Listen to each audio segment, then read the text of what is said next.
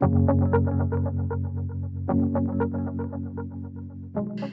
Matthew readers. Desperate times call for desperate measures, and today's text is pretty desperate. So I'm going to undignify myself for the sake of the story and for you, I hope.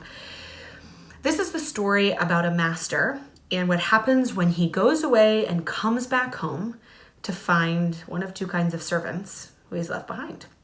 One is the wise and faithful servant. And that's really what the story is driving at, is who is wise and faithful. And the other is not. And there are consequences for the unwise and unfaithful servant. This servant, after he despairs that the master is not coming back, decides, well, I can do what I want. And he abuses the master's property and the people there. And he gets drunk and does all these bad things. And the master comes back and there's consequences. Let me read it to you in verse 48. So this is Matthew 24:48. But if that wicked servant says to himself, my master is delayed, and begins to beat his fellow servants and eats and drinks with drunkards, the master of that servant will come on a day when he does not expect him and at an hour he does not know, and will cut him in pieces and put him with the hypocrites. In that place there will be weeping and gnashing of teeth.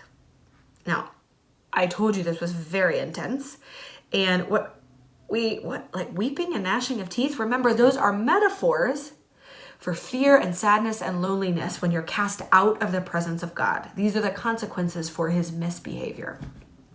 So when I read this passage at first, I think, gosh, this is so severe, it's unfair, it's mean. But as I read it last week, I was reminded of a story from my own past that I will share with you now. I was 18. It was my senior prom weekend. I had a boyfriend at the time. We'd been dating several months and we hung out with a pretty clean group of people, but I will not spend this whole video justifying my behavior to you. So after prom, we went out to a friend's lake house. There were parents there. Again, pretty good group of kids. But we were going to go home that Sunday afternoon, and my boyfriend was going to drop me off at home, and my parents said, that's fine, but we're not there, so he needs to just drop you off and leave. He can't stay. And they made a big point of this, and I sort of nodded, okay, got it. But what do you think I did the second I hung off the phone? I let him in the house. And I don't know how much time had passed. We were making out, clothes on, pretty clean still, but I was mortified when my phone rang and my mom was on the other end of the phone and said, he needs to leave now. I said, what? What are you talking about? She goes, he needs to leave now. I know he's there. I said, how do you know? You guys are gone. She said, you don't need to know how I know, but I know, and there will be consequences. So tell him goodbye. And so in fear and terror of my parents, I ushered him out the door. My parents came home a short time after. They never told me how they found out about this, but it wasn't from their firsthand experience. And I can tell you, they gave me consequences and there was weeping and gnashing of teeth. So now, as a parent, instead of being an 18-year-old girl, as a parent, I know what my parents were doing was protecting me. That there were consequences because they were protecting what they love, which was me, and trying to keep me safe, and to hold me accountable for choices that I was making that went against their values and their wishes for me. And I would probably do the same thing. So I connected this back to this passage because I think that's what Jesus is warning his community about.